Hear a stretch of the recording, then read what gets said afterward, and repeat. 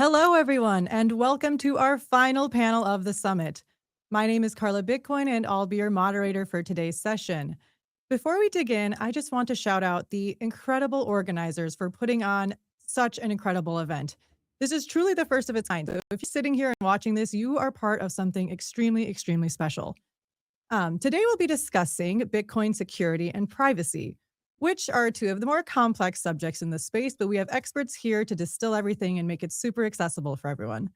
That being said, please feel free to submit questions in the Q&A at any time during this discussion, because we want you guys to get as much value out of this as you possibly can. Without further ado, let's bring up our fantastic panelists and get into introductions. D++, let's start with you. Hey everybody, can everybody hear me okay? Awesome. So I am a Bitcoin professor, I guess now turned agentic engineer, because who isn't these days? I'm also a software engineer. I am a Lightning evangelist, Lightning lover, Lightning advocate, and I'm a Bitcoin fun engineer, which is to say that I make interactive experiences that folks can use to actually use their Bitcoin in real time. So I'm all about translating complex topics into layman's terms and breaking down those barriers to learning. Awesome. Next, let's go to Lynn.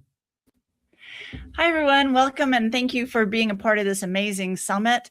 My name is Lynn Bairstow, and I have two roles in Bitcoin. I am the co-host of the Build with Bitcoin podcast that tells the stories of the innovators that are building the tools and for making Bitcoin adoption easier. And also, I'm a partner in Base Layer Advisors, which helps high net worth individuals and family offices find ways to invest in Bitcoin. I've been in Bitcoin since 2012, so I've had a long journey in it, and just really feel that's so important that I'm happy that you're all here to learn about how to protect your Bitcoin.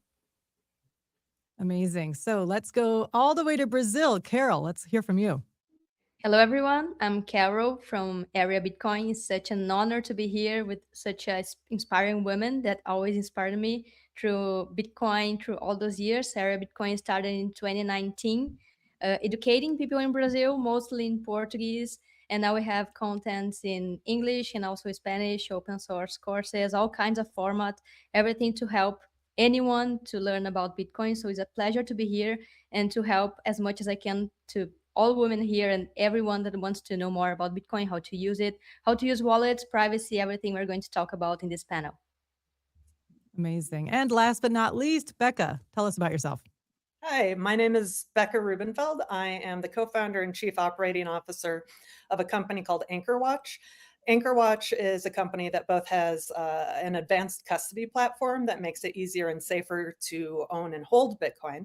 And we're also an insurance company. And so we provide insurance on Bitcoin to cover you in case there is a loss due to covered losses. So we are really focused on security from another number of aspects, both from the tech side as well as from the insurance side.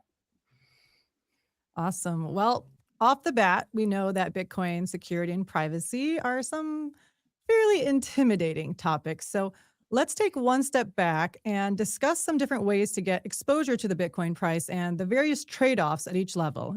D++, let's start with you. Awesome. Well, there are a number of ways to get exposure to Bitcoin. I know you guys have been deep in the weeds learning about Bitcoin for the last couple of days, and this is the end of the summit. But forgive me if this has already been said, Bitcoin's a revolution. There is nothing on this planet that predates Bitcoin that is like Bitcoin. This is a once-in-a-species invention. This is a once-in-a-species discovery. This is a discovery that cannot be replicated. We've discovered digital scarcity, and we've discovered how to make money in a decentralized, open, fair way. That's never existed before in human history, like ever.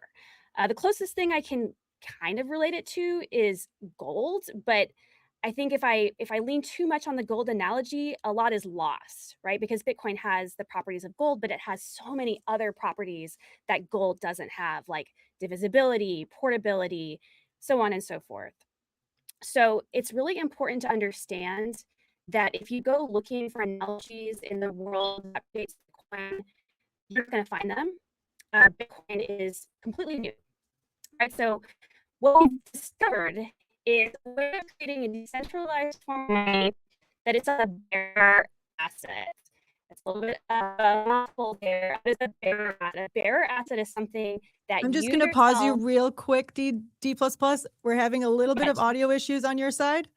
You got that little robot voice going on. So maybe I'm actually going to toss this over to Lynn really quick to continue that thought, just while maybe we can switch over our either Ethernet Wi-Fi settings real quick. Lynn, take over. Thanks. I think there are a lot of ways to get exposure to Bitcoin. And obviously, there have been new products and services that have come out.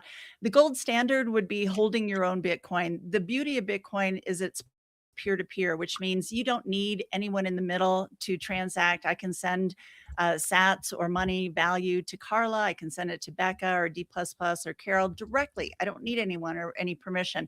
And I know you've heard a lot about this in the other sessions that I've enjoyed listening to, but exposure, think about it that what you're comfortable with. You ultimately want to have control of it, but if your easiest path is to purchase it on an exchange, then do that.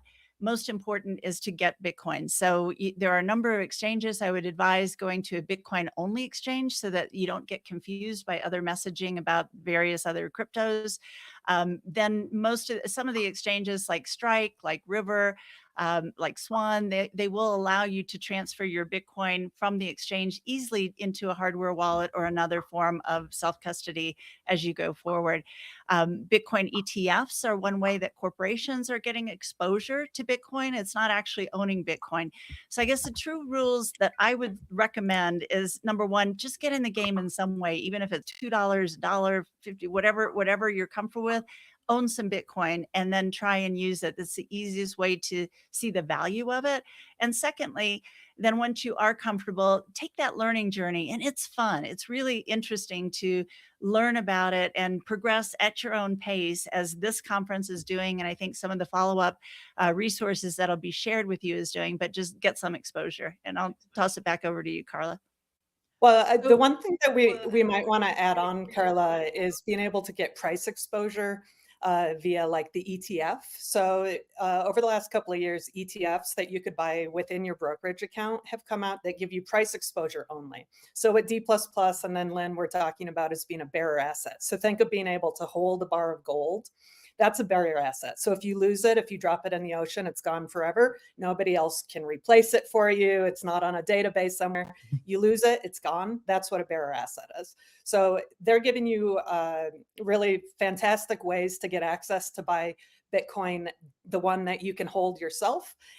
But it maybe as a starting point for some people, going into your brokerage account, looking up those Bitcoin ETFs and getting price exposure that way, you're losing out on some of those benefits that they were talking about in terms of holding the bearer asset. But it is a way to get some in your allocation, and that always makes you more interested because it's in your own holdings. So another thing to consider as well. And that's definitely huge, and something that I also like to iterate to everyone. It's, everyone starts their Bitcoin journey somewhere. You don't just get into Bitcoin and you're automatically an expert. It's like, maybe I'm not comfortable doing self-custody yet. I'm going to pursue exposure through this or that. And that's exactly why we have these discussions, because some parts of it are intimidating, but you can start small. That being said, Lynn, you brought something up that I wanted to kind of extrapolate on from a security standpoint. So let's say one person has $100 in Bitcoin and the other has 100,000. How might your security setup differ in those situations, if at all? And what are some best practices? For this one, Becca, let's start with you. Sorry, can you repeat that? You broke up right during the second half. Yeah. So whether you have $100 of Bitcoin or 100,000, are your security setups going to be different? And what are some best practices? Yeah, absolutely. I think, you can think of it similar to dollars, right? So if you had a $20 bill, would you treat that differently than if you had a stack of them worth $100,000? I'm certain that you would. You would think about it differently. And so we can think of Bitcoin the same way. So for example, there are wallets that are digital only. So these are ways of holding and spending Bitcoin that are maybe on your cell phone. That would be appropriate for the smaller quantities. Think of it as kind of spending money.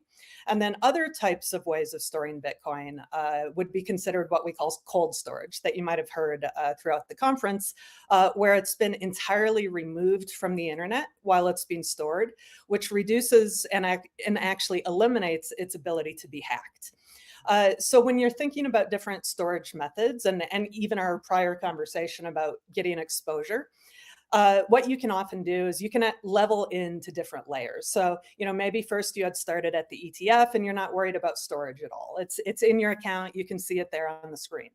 Then as you start playing, maybe you download a recommended Bitcoin hot wallet or a digital wallet on your phone. Maybe put $20 worth of Bitcoin on there. Practice sending it around and think of it like that. Now, as your holding goes up, either because Bitcoin has gone up in price and the value is going up, or as you've continued to acquire and save more in Bitcoin over time and you are getting to these larger figures, then absolutely, it's worth the time to really consider your options, not just in how it can be stored. So whether it's online hot or offline cold, you also need to start thinking about things about how it would, be recovered, let's say if you passed away. You have to start thinking about things like inheritance. If you're holding a bearer asset in your own custody, perhaps on a cold hardware wallet, you have to think about that. So as the number goes up, your plans get maybe more complex, but also more resilient to kind of any type of events. There's companies, AnchorWatch, but there's others out there. There's Casa and Unchained and lots of providers who are excellent in the space that will support you and provide you kind of supported custody options that you can consider that can give you a lot of peace of mind and where you can feel more comfortable that you won't mess something up, especially as you're learning. So companies like AnchorWatch, like others in the space, will really make it quite foolproof to the point that you can get all the benefits of that bearer asset without bringing on all the risks. Awesome. Carol, you work directly in education. So what do you kind of recommend when it comes to security setups? And what do you find that you most commonly use when you're talking to someone who's fairly new to Bitcoin?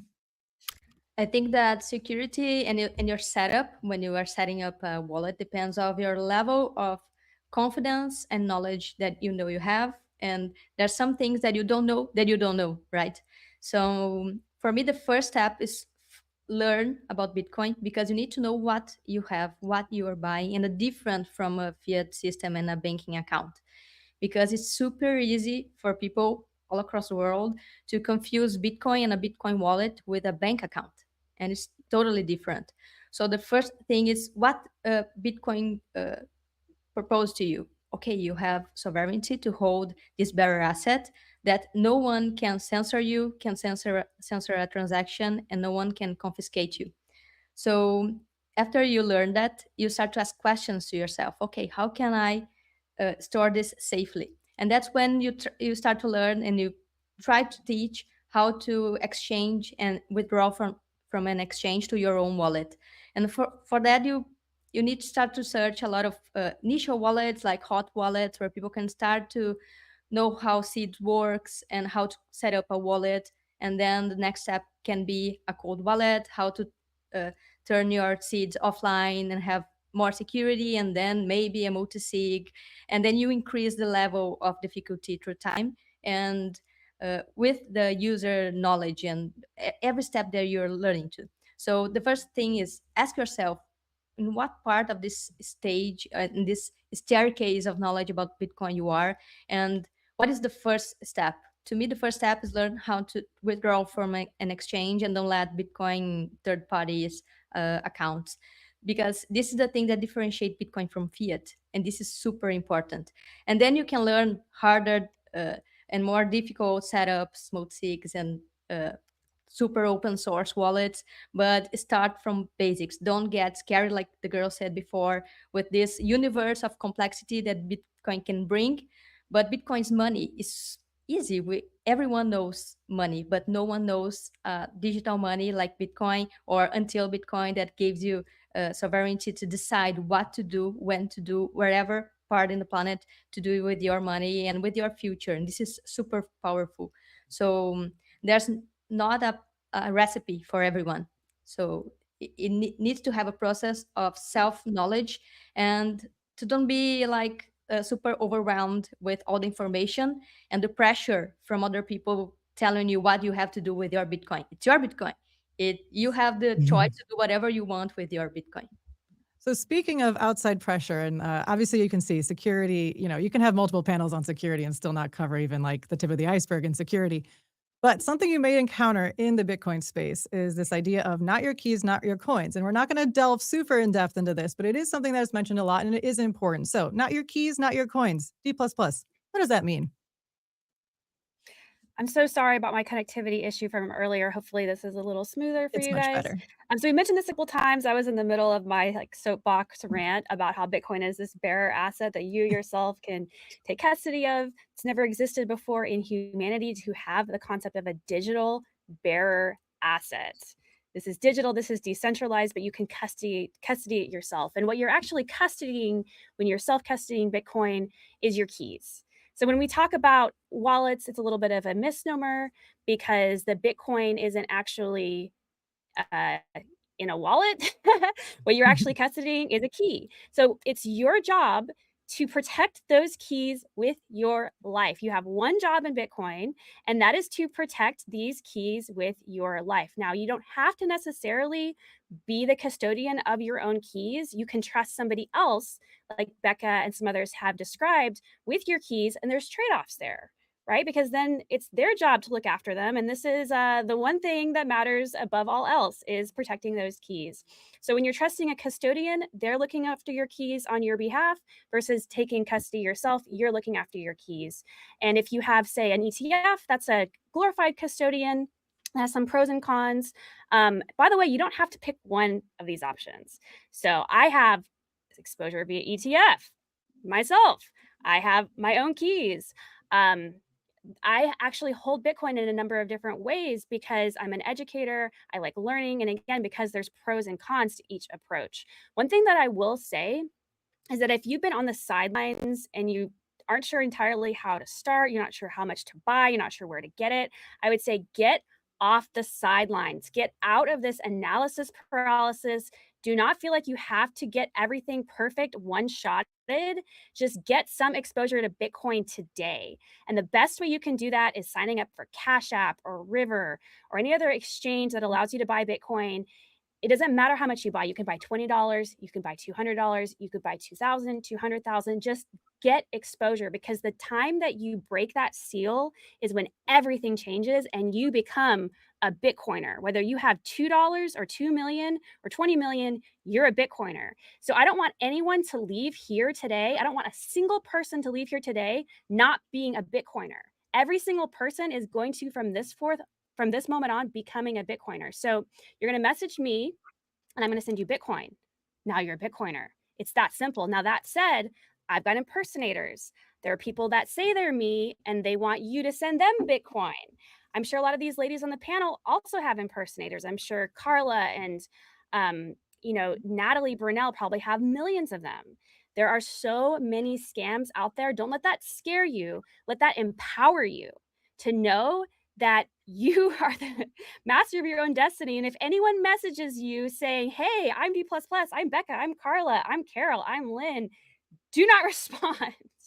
We will not reach out to you with some type of like harebrained trading scheme for you to make money. You would be surprised. A lot of folks fall for these scams, and these are smart people.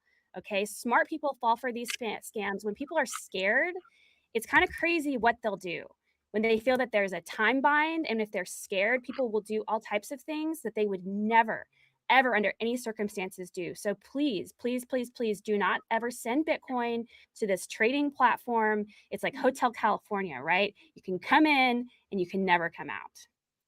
Exactly. So when we say security, we're not only talking about your actual setup. So the thing that's really important to understand about everything that D++ just warned you again about is that those types of things are absolutely the most common way to get scammed out of your Bitcoin. Not the exact, what she's saying, that it's a Telegram message or something like that, but in general. In general, this kind of class of scam types, which is social engineering, is by far the most common way. So we talk a lot about storing the private keys and the hardware wallet, and the most common way is somebody makes contact with you on the internet, one way or the other, and convinces you to do something that wasn't safe. So the types of things they will convince you to do is something as simple as giving them, joining a Zoom call, and they will take over computers, but you'll think it's because you had a meeting. They'll convince you that you're developing a romantic relationship, and they'll do it over the course of months. And then through that, they'll build your trust, and then maybe you'll literally send Bitcoin to this individual thinking it's somebody you've built a relationship with. They'll convince you perhaps that the exchange that you had left your Bitcoin on was having a technical problem and they're upgrading their security, and they just need you to send your Bitcoin to their new, more secure vault. And the person will actually send their own Bitcoin to somewhere they shouldn't. So my recommendation is to practice the same forms of online and digital security and high level of suspicion anytime anybody from a Bitcoin service provider of any type is reaching out to you or trying to convince you of anything. Think of the types of best practices that we learned through the years with traditional banking. If you get a phone call from like maybe somebody claiming to be from your brokerage or from your bank, we have learned through the years, through the last 10 years, right, that if it seems a little suspicious, we hang up and we actually call back our bank. Right? We do it ourselves and we say, hey, was somebody from the bank calling me? Right?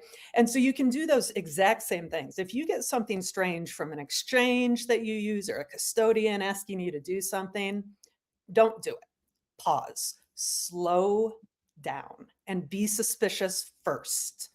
Okay, like be suspicious first, slow down. Don't let anybody pressure you into fast action. They'll threaten you that maybe this tech problem will cause you to lose your Bitcoin.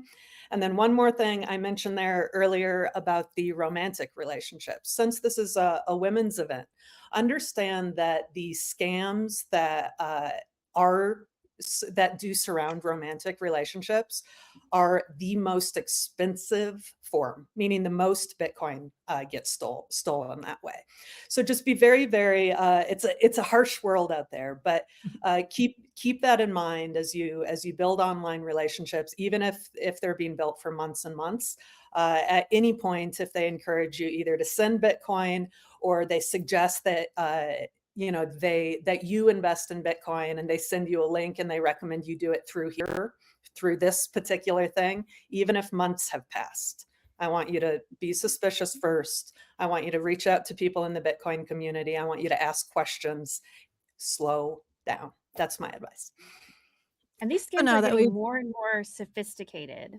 Oh, and they're yes. always evolving. So you may And with think that you know AI. what to look out for, and then there might be something new to look out for, especially with AI, with deep fakes. It's going to Yes. become really, really, really hard to even tell if a video is real or not. So another That thing, I being think said- this may have been No. mentioned as well, that we're getting emails that look identical, pixel perfect, identical to actual emails from the manufacturer and company. We're seeing websites that look identical, pixel for pixel. So be careful. Don't let this scare you away from Bitcoin. Let this empower you to Yes. stay I safe. think that what Becca said is super important, to slow down, because they use fear and greed, the two main emotions, to create scams and steal people. Like if you feel like with fear of losing everything, pay attention. Or if you feel greed, okay, this guy is offering me 2 Bitcoin. If I send one, okay, pay attention to your emotions when you feel pressured, and slow down and go ahead of the information, because these are the signs that there's something wrong. Because like D++ said, they are always evolving. You can't anticipate what is going to appear in new scams. So to watch yourself and what you feel when this is happening, it's something that can give some tips of what they are trying to do with you. And all that being said, there are ways to protect yourself from becoming an immediate target for these scams, right? Like you can increase your privacy. So, Lynn, can you tell us a little bit about basically practical choices women can make to just protect themselves and like bring themselves down on the target scale list? I think one of the most important things is to not talk about your Bitcoin. I mean, we're all talking about Bitcoin today. It's a safe space, but I mean, it's fine to talk about the fact, like sometimes I hesitate saying I've been in Bitcoin since 2012 because people think, it's like, well, I've been in Bitcoin since 2012, but I've sold it, as it went up from 120 to 240, and things like that. So it doesn't mean it's consistent, but don't talk about how much you have. Don't talk about where you hold it. So keep private in that regard. I'm an advocate for Bitcoin. I'm public in my persona about Bitcoin. So I understand that puts a little bit of a target on me, but I feel it's so important to get other people into it. But even among your relatives, you just don't know who is listening or who your son, daughter, niece, nephew may tell. It's like, oh, she has Bitcoin. And so it can spread a little bit. So just be private about it. And also be, we're talking about security practices, and that goes into making sure, I mean, we don't want to frighten anyone here, but it's like, just be aware of your personal security and make sure that you have a setup that you're comfortable with. Honestly, I think that Anchor Watch's security system, there was a lot of hesitation about it until we had an insurance product that was available like Anchor Watch that allows you to not be afraid about losing your Bitcoin. If somebody is intent on taking it, then they, under the policy will replace it. So that's a good option to look into as well too. But, be private, be practical, use common sense. It's an exciting asset to talk about, but that's probably your biggest line of protection. Awesome. And another thing that is something you don't realize, it's easy to think, oh, like I can mention it to so and so because Bitcoin is only, 60,000 or maybe it'll be 30 later this year. I don't know. But think about it. They know you have Bitcoin and then maybe 5 years from now it's at 500,000 or something even higher. And then it's like, oh, maybe I am a real target now. So you want to be careful no matter what the price is at. You want to just be careful because it's also just good practice in this like increasingly scammy world. Um, since we've been talking about super fun things like scams and phishing attacks and everything else, I want to make sure everyone leaves you guys with messages about Bitcoin being ultimately empowering because security is empowering, privacy is empowering. So D++, let's start with you. Yeah, and I would just echo back some of these sentiments around privacy. I have got a hat that says Bitcoin on it front and center. I don't necessarily wear this every day. And as a privacy advocate, I use a pseudonym. So I don't use my real name. I don't tell people my real age. If people ask and try to pry, I deflect the question. Maybe I'll say, oh, I'm a millennial. And if I feel that they seem to be offended that I'm not sharing personal identifiable information with them, because some people get a little weird about that. They feel entitled to knowing everything about me. Where'd you go to school? What's your mother's maiden name? Sometimes I'll make something up. You don't get access to knowing all my personal identifiable information. Like, get out of here. So I'm not saying that necessarily you need to use a pseudonym. I'm just saying if there's something that you don't feel comfortable sharing, you don't have to. You Yep. can share whatever you want, however you want to. If you want to use your real name, that's cool. You don't want to, you don't have to. Definitely don't share how much Bitcoin you have. Let's say you have a fraction of a Bitcoin. Maybe you feel it's insignificant. Maybe it's 0.05 Bitcoin. And then Bitcoin does 150x. Now you're a millionaire in fiat terms and everyone knows. So just don't tell people how much you have. Lynn mentioned being apprehensive to even say when you entered Bitcoin, because I've been in Bitcoin since 2013. So what does that mean? Does that mean that I, have an infinite number of Bitcoins? Well, like Lynn, I sold the majority of my Bitcoin. I really did, because when it went from 750 USD to 1,000 USD, I thought I had made a few $100. I thought I was a genius. And I sold the majority of my Bitcoin. So we have this kind of meme in Bitcoin, which is HODL. Hold on for dear life. It doesn't mean that you can't buy Bitcoin and then spend it and buy more, but it means that you want to maintain your Bitcoin stack and not just lose it because you wanted to make a couple $100, because then you don't have your Bitcoin, right? So HODL. In terms of empowerment, what I will say is there's a bit of an asymmetry with regard to folks who have exposure to Bitcoin, we found that it most likely trends right now towards men. But Brad Mills did a study that showed that while more men might have exposure to Bitcoin, after they've been educated, they found that women were more likely to buy Bitcoin, right? Because we tend to be a little more risk averse, but once we understand Bitcoin, once we understand it from first principles, we understand that it's not actually risky. What's risky is not having Bitcoin. Now, that said, the other thing that can definitely bite you is greed, right? Bitcoin is not a way to get rich quick. It's a way to not get poor slowly.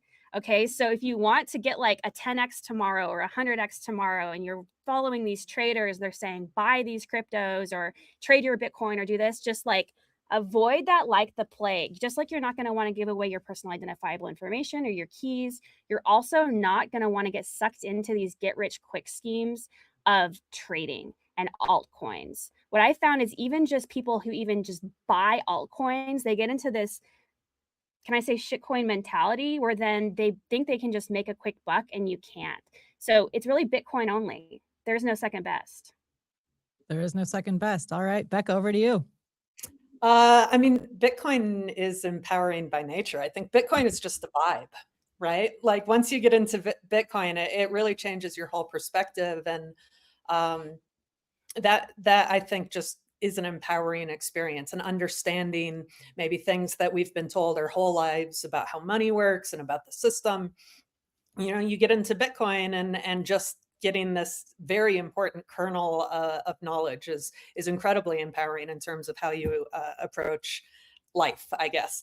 So in the most general sense, and then beyond that, I mean, it is a path to financial stability. Women make the purchase and financial decisions, retirement savings decisions for a large number of households. So to be able to contribute to your family's kind of nest egg and retirement ability or inheritance for your children, and do that in a way that provides for your children in the future, I think is also very empowering. And so getting the knowledge to do that safely, do that without fear, is really important. And just getting access also to this amazing group of people as well, like being part of this community of learners and educators and passionate people and kind of mission driven investors who believe in it, gives you an amazing access to just an enormous amount of brain power of people, and in this case, women who will share information, will educate information to help you come along and kind of join that vibe that I was talking about. So welcome if you're new. And that's the thing. If you're sitting here in the audience, you can also get involved in Bitcoin. There are no rules. No one has to give you permission. Like we were all at one point not in Bitcoin, and now here we are, right? Talking on a panel about Bitcoin. Oh yeah, Carol, I showed up. Oh, I'm sorry. One moment, no. Carol. Like, I was going to say, like, that's how I got into Bitcoin. I was trading it, but I didn't know anything about it. And I happened my way onto a social media app where people were talking about Bitcoin, thought it was fascinating. They were very intelligent, and that turned into a career. So absolutely doable. I'm sorry, Carol. Go ahead. Oh, no problem. To me, Bitcoin, the most inspiring part and empowering part is that it gave me back the sense of justice that fiat totally stole from me. So just for context, here in Brazil right now we are passing through two big scandals, like 7.7 million retirement accounts were robbed by fraud by the government retirement accounts. And it was around $1 billion robbed in this fraud. And 50 billion reais or $10 billion were robbed through a bank failing right now, a bankruption. So Brazilians are passing and suffering all the way for fiat problems. We had hyperinflation like 30 years ago, 40 years ago. So to me, Bitcoin brings back these fundamentals that fiat totally lost. And to me, it's the only tool where I can have hope and put my future on. So we are talking about privacy, security, and I can have whole confidence that Bitcoin is way much better in security and privacy than fiat will ever be. So Bitcoin, it's a tool that, okay, some women are afraid and across the world are afraid, but you don't have to be afraid of something much better than what we already have, that is fiat. So this is an invitation to everyone to join, to don't be afraid of Bitcoin. Fiat is way much more scary. So learn step by step. We are here to help you. And thank you everyone for having me here. And Area Bitcoin is there if you need any support with content and open source courses as well. Thank you, Carla. Yep. Fiat is scary. So, Lynn, last but not least. Yeah, and I'll make this quick to leave time for questions, but I just want to say, you heard D++ and I talk about we got in very early and thinking of it probably as a stock or as an asset that you trade and it increases in value. My learning has evolved where exactly what Carol was saying is it's a whole new financial system. And that's what excites me so much. My first career was on Wall Street. I lived in Mexico for the last 15 plus years. And so I have this split vision of, having been in the traditional financial system to working with empowering communities and in people that, we talked about whether you put $2 or $2 million. Well, for some people, a lot of people, $2 is a lot of their money and it might be their entire savings. So don't think of the numbers, think of it as the percentage of your wealth and put whatever you can, but try and save because it's the only asset that doesn't go down in value over time because of inflation, because of increase in money printing or mismanagement of central banks. So it is an entirely new financial system. And that's what's so important to me. And that's what really empowers you because we're very early. And if you take this opportunity and the call to action that we've all encouraged you to take and put something in Bitcoin today, you are part of this new financial system that gives hope, that gives empowerment, that gives the opportunity for an equal foot in the door for what we've seen over history. So that's my word of empowerment. It's early and take advantage of this call to action. We're so early, but we're not early for questions yet. So Q&A, let's get that started. All right. Well, does anyone have recommendations on Bitcoin retirement accounts? Well, there's a few different ways to do it. I don't know if this is exactly what they're getting at. So you can just purchase, remember earlier I mentioned the Bitcoin ETFs. So one way of getting Bitcoin into retirement accounts is getting the price exposure within your existing account. So if you have an IRA or a Roth IRA on a brokerage account, you can buy the ETF within that brokerage account. Then any buying and selling that you do within that account doesn't have the tax impact. So it works like any other equity in your retirement account. There are also self-directed IRAs. I can't recommend any providers. I don't know them offhand, but there are several of them that you can look into. And they will help you actually buy Bitcoin, the bearer asset, within the structure of a self-directed IRA. So kind of similar to how you can put real estate in a self-directed IRA. If you're doing more advanced things like that, you can do a very similar thing with Bitcoin. And then just one other note, since it's related, some families will choose to put their Bitcoin or their assets into a trust. So a revocable or an irrevocable trust as part of their estate planning. You can do that as well. So you could have a trust and then you could buy either ETF or bearer asset Bitcoin and have it inside your trust already. And so any of those providers, if you locate the names, we'll be able to help you with that. And then, Anchor Watch, we can insure a trust or a beneficiary could be a trust. So there's lots of ways to really look at your estate planning and retirement planning within Bitcoin. It's getting better and better every day and more options out there. Amazing. Next question. How can we prevent or stop overreach in this time of ever-increasing KYC, not to mention data leaks on exchanges? Are there legal resources specializing in this area?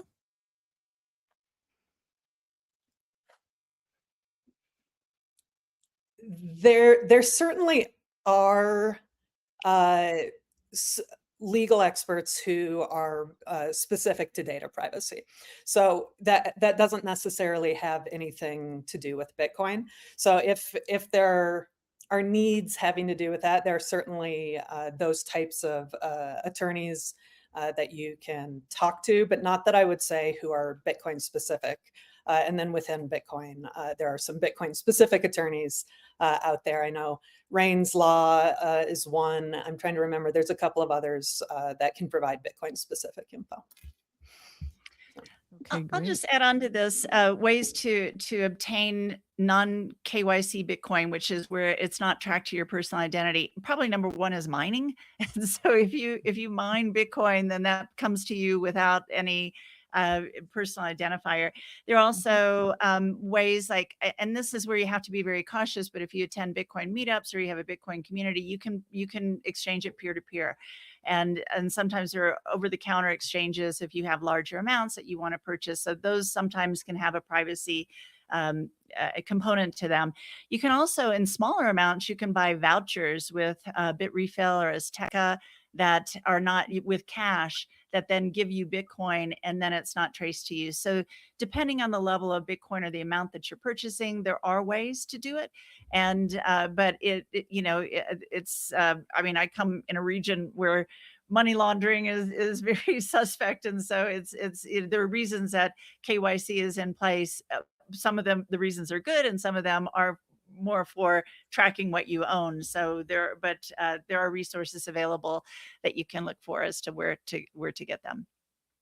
ATM as well. ATMs, yes. ATMs would be another way to purchase non-KYC Bitcoin. Another great way is earning Bitcoin. So if you're a small business owner, start accepting Bitcoin for your goods and services. This is a fun question for everyone. Could you please recommend hot wallets and cold wallets and methods? I would say that the most... Okay. Well, yeah, I'd love to hear. I think we're probably going to say the same kind of answer, right? So you're going to get started with smaller amounts in a so-called hot wallet. Some of these are going to be custodial. Some of these are going to be non-custodial. And you're going to message me, and I'm going to send you Bitcoin. Again, I will never initiate a conversation to you, but you can initiate a conversation to me, and you'll leave with Bitcoin. So I'm going to put my Twitter here in the message chat Q&A, and you can message me. So Wallet of Satoshi, that is a custodial Lightning wallet, A+. Phoenix, that is a non-custodial wallet for your phone, A+. Blue Wallet, that is an open source non-custodial wallet, amazing place to start. These are hot wallets. Now talking about the cold wallets that Becca mentioned before, where your keys are never on a device that could ever be accessed by the internet. Cold Card. Talking about these data breaches, they're one of the only companies that has never experienced a data breach. Part of that is because they don't use third-party marketing services. Usually it's these third parties that end up leaking the data as opposed to the company itself. They don't use any of them. And they blank your data. After a certain period of time that they're legally required to have your data for whatever reason, they blank it, they erase it. So they don't even have your data to be breached. So that's CoinKite. That is the best-in-class hardware wallet. Another best-in-class would be the Jade from Blockstream Jade. So these are my recs. And Carol, I would imagine you probably have some of the same recs. Yeah, covered everyone.